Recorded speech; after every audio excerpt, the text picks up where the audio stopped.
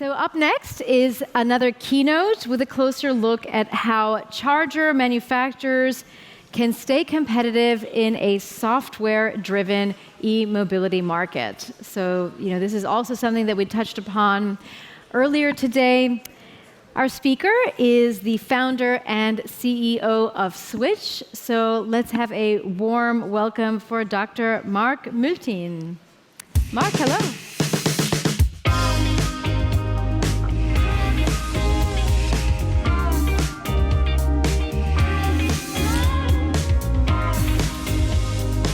Thank you for the kind introduction, Mariana. Hello, everybody. Let me start by sharing a little story of a recent charging experience. So some months ago, I headed to Munich because I had an appointment somewhere in northern Italy, so rented a car. And on my way there, I needed to charge halfway through, obviously. Then in this app, I see that there's some hotel that has a charger. So, great, it's on the way, it's just off the highway, let's do that. So I turn up to the car park of the hotel, look around, no charging station. So I go inside to the reception and I think maybe they have an idea where it might be. So I go in and they say, well, it's somewhere down in the parking garage. Okay, back to the car, head up to the parking garage, which is super narrow. I start to sweat because I've rented a Porsche Taycan and I really don't want to get a scratch in this super expensive car. And then I see like 10 Tesla chargers on the left-hand side and one charger that I'm supposed to charge on the right-hand side. Pull up.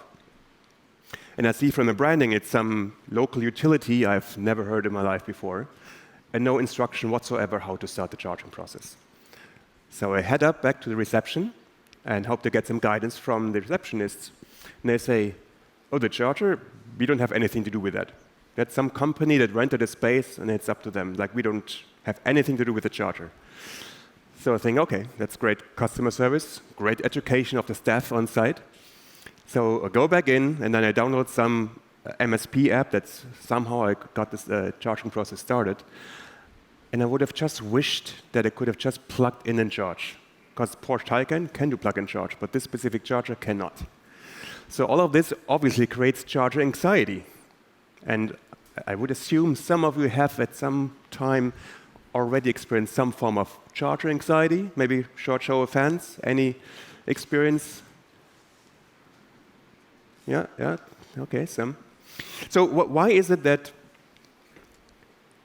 when you compare the status quo of the charging ecosystem to the gas station, why is it so bad in comparison? I mean, we are like 13, 14 years into having first chargers and EVs in the market. Obviously, it's still a very nascent market, right? Lots of stakeholders that try to make their buck, that fragments the ecosystem a lot, and in the end leads to a very frustrated user experience. We have the electric vehicle that needs to talk to the charger in the same language, and you have the charger that needs to talk to the cloud-based management system in yet another language. And with language, I actually mean communication standards. And this is just part of a wider ecosystem that needs to work like a well-oiled machine in order to make the whole charging session successful. Within the next 20 minutes, I'm trying to show you how we can heal part of that fragmentation, so charger manufacturers specifically can move on to more innovative and interesting business models than just having just a working charger. I guess we all have seen and heard these online articles and YouTube videos that show us how poor the reliability of charging stations are, especially public chargers. Sometimes charge point operators, they don't even have a clue that their chargers are not working. Some of them maybe don't care, which I don't hope. But often they are just lacking the proper monitoring tools. And this, obviously creates downtime. This leads to frustrated EV drivers. And obviously, the revenue drops. So these are the 5 top issues that we often see when it comes to a failing charging station. Unresponsive screens, and sometimes often a confusing UI so that the user doesn't even know how to start the charging process. Broken connectors due to an overuse or misuse of connectors, and also charge point operators not really caring about replacing the equipment in time. Unreliable communication, without a fallback to Wi-Fi or Ethernet if the cellular connection goes down. Charging initialization issues, meaning that the EV and the charger don't have interoperable software, or the charger and the backend don't have interoperable software because they have slightly different interpretations of communication standards. And number 5, our all-time favorite, payment system issues. So clearly, we need to do better. Now, if you want to be successful as a charger manufacturer and sell your charging stations at scale globally, it's not just enough anymore to just sell a working charging station that's somewhat reliable. If you want to be successful, you need to have these 5 features on your menu today. Number 1, plug and charge. Obviously, that's the most user-friendly way of starting a charging process. Bidirectional charging is like that big topic currently for enabling energy self-sufficiency at home or tapping into additional revenue streams with grid services. Stronger cybersecurity. I mean, governments are doubling down on stronger cybersecurity requests, and rightfully so. More advanced component-level diagnostics, so that a charge point operator knows exactly what's going on their chargers. Every little sensor that can provide information is useful. Information is key to reduce downtime and reduce maintenance costs and increase the uptime. And smart charging, load management, it's obviously a given that needs to be available on a charger as well.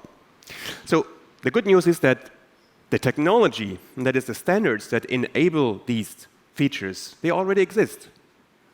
Yeah. I want to point out specifically, standards are important because they make sure that we have interoperability between different vendors. Yeah? They also prevent us from a lock-in effect into proprietary technology. And they provide investment security, all of which is really important for every one of you if you want to sell chargers at scale. So, and I want to point out specifically 2 standards that are super important. One is OCPP 2.0.1, it's actually a de facto standard. And the other one is ISO 15118, including plug and charge.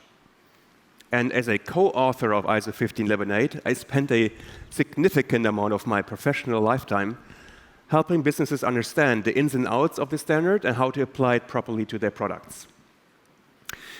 And part of my educational effort is also publishing white papers. And these 2 white papers specifically, they will blow your mind.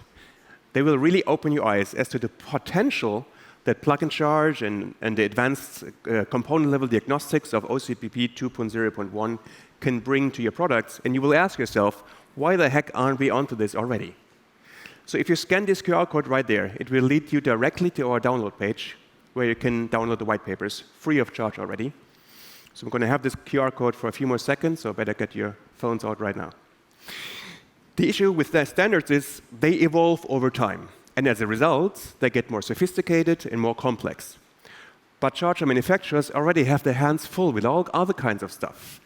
MID-compliant meters, Eichrecht, it's a whole mess, getting that up and ready for your chargers. So in implementing standards is not something that they should do themselves. That's where partnerships come in. You don't have to do everything yourself. Partnerships allow you to focus on your USP, what sets you apart from your competition.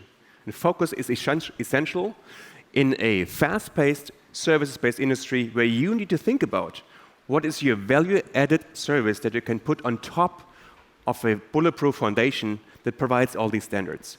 Because everything else is just distraction.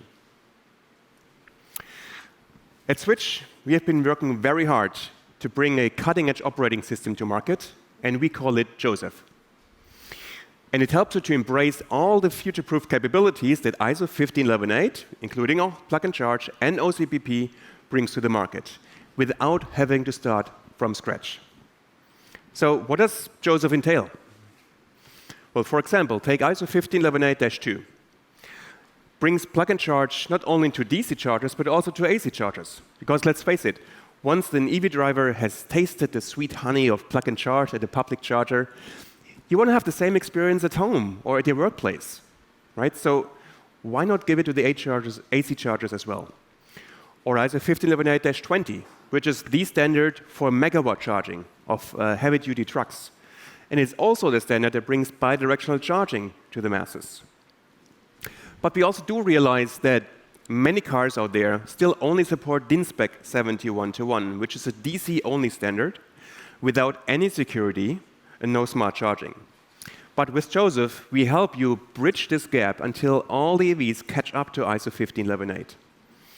And of course, OCPP 201 is also part of the package. And in fact, 2.0.1 is the only version of OCPP that naturally supports plug and charge. So how do you integrate Joseph into your specific setup? Well, it's a well-defined API that enables a smooth communication exchange between our ISO 15118 communication stack, which you see here on the left-hand side of the right image, which is managing the communication between the vehicle and the charger, and our OCPP stack on the right-hand side, which is managing the communication between the charger and the backend. And implementing one standard and implementing another standard is challenging in itself, but making them interact with each other properly in the charging station, that's a whole new different level of integration effort. So the only thing, and a message broker in the middle glues everything together so that we have the access to your specific hardware setup, so we can access the information from the display, the RFID reader, the smart meter, and power modules, and so on. The only thing you as a charger manufacturer need to do is implement a few APIs, and that's it. All the worries about implementing and maintaining standards is taken away from you. And of course, you get a dedicated support from our Joseph team and the customer success team so that you can make the most out of it. We support you all the way from start to finish. This gives you a faster road to market with ISO 15118 and -20.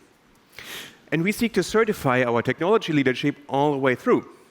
So OCPP 2.0.1 is now available for certification since June this year, and we were among the first to get certified for OCPP 2.0.1. And not only on the charger itself, but we got a dual certification also for our Switch platform in the cloud. And our Switch platform is the only OCPP 2.0.1 certified platform that also supports plug and charge. And you don't need to trust just my word. We also went through the whole hassle of getting audited by HubCheck as well. Wasn't really that much of a hassle, but it's a procedure. And so the Switch platform, which is our charging station management system, is audited, and we are working with HubCheck to also get Joseph audited as well. But currently, HubCheck doesn't offer this procedure. They only certify or audit backends or hardware, as in EVs or chargers. But we identified a path forward to also get an operating system for EV chargers audited, and within a few weeks' time, Joseph will also be audited as well. And this means for charger manufacturers that you will sail through the audit with HubCheck with little to no effort at all, because we take all the effort away from you. Now, our hardware manufacturer partners are the cornerstone of our mission to accelerate the transition to EVs and to streamline the EV charging process. Take ABB, for example. ABB is the world's biggest manufacturer of charging stations. ABB and Switch are in a tight collaboration, and every new AC, DC, and megawatt charger coming to market from ABB will be running on Joseph. Right now, we are integrating Joseph on their megawatt chargers, and we're having some test sessions coming up towards the end of the year with MAN and Scania buses. And in Q1 next year, these chargers will be on the market. We also have some good collaborations with Alfen and Zaptec on the AC side to bring plug and charge to the masses. So how do you make use of this? We realize that charger manufacturers like to test a software before they commit to a license. And we hear you. We meet you halfway. Which means as of today, we are launching our Joseph Try Before You Buy offer. This means that you can either download Joseph free of charge onto your own communication controller, or if you're interested in a communication controller from us, we'll pre-install Joseph on a communication controller from ChargeByte. I see my friends from ChargeByte over there. So it's more of a turnkey solution for you and less of an integration effort. It's the complete Joseph stack as in our commercial license. The only limit is that a charging session only runs for 10 minutes, and then you have to restart the charging session. But it's enough to prove the point that it would be valuable for you, that you can test it and integrate it, and a charging session works end-to-end. And with end-to-end, I mean that you also get access to our Switch platform free of charge for 2 months. There's a trial period for 2 months, so you can conduct end-to-end tests from the vehicle to the charger to the backend, all the way into the HubChat ecosystem with our Switch platform. And you know what's the best when you enable or you connect a Joseph-enabled charger to the Switch platform? You get access to the ISO 15118 message logs right next to the OCPP message logs in our platform. What has so far been a black box for CPOs finally becomes visible. This is super important for charge point operators because this enables them to identify issues that are induced by the ISO 15118 communication between EV and charger, take these message logs, engage with the manufacturers of the cars or the chargers, and this way fix the issues quicker. And the second benefit is that they can send more meaningful messages to the display of the charger, so they give the EV driver an indication as to what's going on. Why is a charging station or charging session failing? Could be that the certificate is expired, or maybe the vehicle violated a charging profile that the station provided. There's numerous issues that can happen. And this is really, really important to improve the error diagnostics. Now, if you scan this QR code right there, this gives you access to my calendar directly. And then I'm happy to walk you through the trial and book a slot for you. We have limited availability, though, because we also are not a huge team, so we have restricted resources, but we have a few slots towards the end of the year, and we do expect a lot of demand. So it's on a first-serve, first-come basis. So who first reserves a slot gets a slot this year. Whether it's on your roadmap this year or not, we will see, but we're happy to walk you through. Again, the full software support from our Joseph team and customer success team. Now, the aim for us is, of course, to make Joseph the best and most advanced operating system for all kinds of chargers, AC, DC, megawatt, and eventually also wireless chargers. But this is not going to happen overnight, that every charger will be running on Joseph. And we realize that some manufacturers have already started implementing their own 15118 and OCPP 201 version, which is great.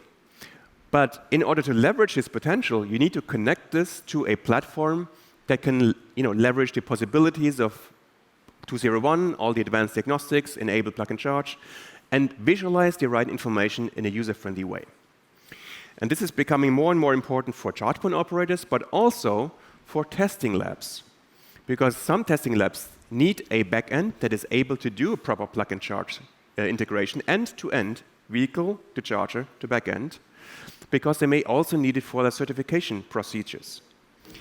And I'm very happy to announce that Switch and DEKRA have engaged in a special relationship. DEKRA is the recognized test lab from both CharIN and the Open Charge Alliance.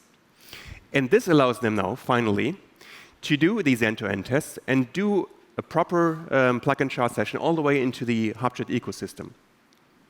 So I'm not sure if Beat Kreuter is here somewhere or maybe joining remotely, but I would like to thank him for making this collaboration possible.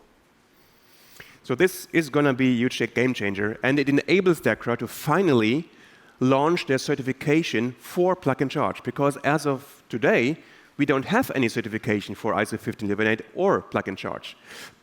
It has been long in the making. And finally, we can also help DEKRA to accelerate this. And towards the end of this year or early next year, DEKRA plans to bring this plug and charge certification to the market. And we're happy to support. Now, we do realize that there is an increasing demand in testing labs. And it's not surprising if you really think about it, because we are transitioning from a rather immature early adopter market to a more mature market with with more sophisticated EV drivers, more government regulations. So we are happy to also offer our Switch platform to a select number of other test labs in other geographical regions. And one of these test labs is P3, or P3 Digital Services. And I see my friends from P3 sitting here in the front row. So I guess many of you have heard of P3. They are known, for example, for their P3 charging index that they regularly publish with all the different charging curves from different vehicles. They also published the P3 Wallbox benchmark a few months ago. And recently, they launched the P3 Energy Lab in Osnabrück in Germany. And we're happy to collaborate with P3 so that they can, similar to the DECRA user switch platform, to test all kinds of use cases related to plug and charge, and specifically also OCPP 201. Because a lot of charger manufacturers have already knocked on their doors and said, do you have a platform to charge, to test the plug and charge, the OCPP 201 implementation? And up to now, they couldn't, but now we can make it happen, and I'm very happy about this collaboration. This collaboration starts now, as of September, and it's a great time saver also for the charger manufacturers. Because again, focus is key. You need to focus on your USP as a charger manufacturer. And let me let you in on a little secret. It ain't going to be implementing communication standards. This is a distraction. You need to focus on what sets you apart from your competition with more value-added, sophisticated services. Whether this is, let's say, loyalty programs with big advertisement screens, or some smart home and solar integration, or the most sophisticated way of controlling the power modules, or the most aesthetically appealing charger, whatever it may be. But it's surely not implementing standards, because these standards will become commodity very soon. Think about laptop manufacturers, for example. Do you honestly think that they implement the Wi-Fi or Bluetooth stack themselves? Of course not. They get this from their chipset suppliers. So why should it be any different in our industry?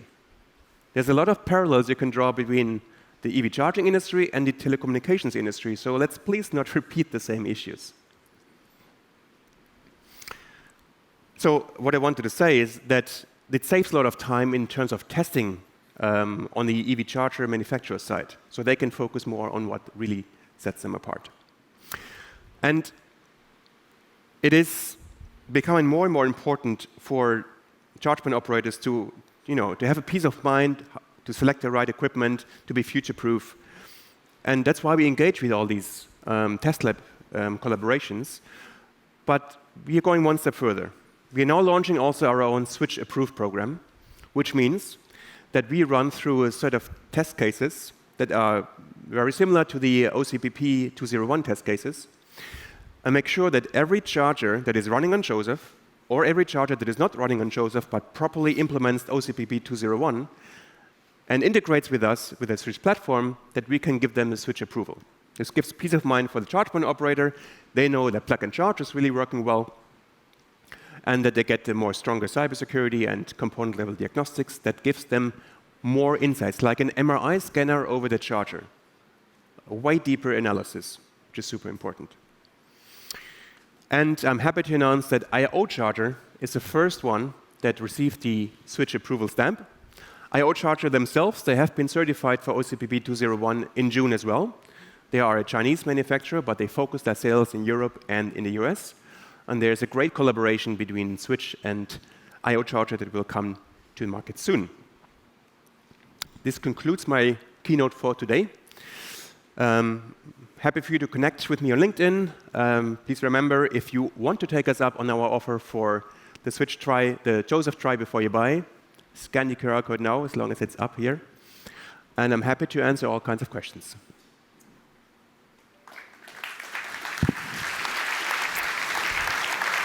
Oh, one more thing I forgot. If you want to see Joseph and the Switch platform in action, feel free to see us outside at the Plug and Charge Showcase. So in the interest of time, we actually have just a couple of minutes left, and we have already one question that was sent in via the app. So why don't we just go ahead and take a look at that one? How do you navigate the diverse implementations of different protocols to maintain consistent data quality for all roaming partners? Well, when it comes to roaming, we speak about the platform in the cloud, first and foremost. So we need to make sure that dynamic and static POI data is of high quality, of course. That's always a a problem that is only to some degree we can manage. It depends on the installers if they provide the right information to the backend, so we can then forward it. I mean, we make sure that we implement both OICP, Hub-Trace Roaming Protocol, and also OCPI. I don't think there is any certification for these roaming protocols as of yet, but it would be a great step forward to increase data quality. But yeah, testing, and making sure that also for the user of the platform, you make it super easy to put in the information. It needs to be really, really intuitive. When you onboard a charger, it needs to be super easy to fill the right information that you guide it through. And I think that already helps to provide good quality data. Any final thoughts from our audience? Yeah, we have a question right over here. If there's somebody with a microphone, yeah, the colleague is coming. Thank you. Mark, maybe that's a bit of an ignorant question, so please enlighten me. What is the difference? I mean, my understanding is that Joseph is somewhat of a competitive product to Everest, which is, as we all know, an open source coming forward that implants a lot of the packages. So, first of all, is this the case? And if so, why should people choose Joseph over Everest? Okay. Yeah, so Everest is an open source solution that is focusing on the firmware on the charger. So in that regard, it's a competing product, you could say. I mean, Joseph is partly also open source. The ISO 15118 stack of Joseph is completely open source. You can see it in GitHub. The OCPP part is not open source, at least not yet.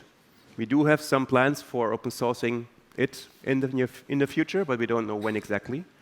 But for example, if you want to be future-proof and have peace of mind with certified software, I would say rather go with Joseph, because we test like crazy. We have very rigorous testing with our partners at ABB, for example, also, and Alphen and Zaptec. We are certified.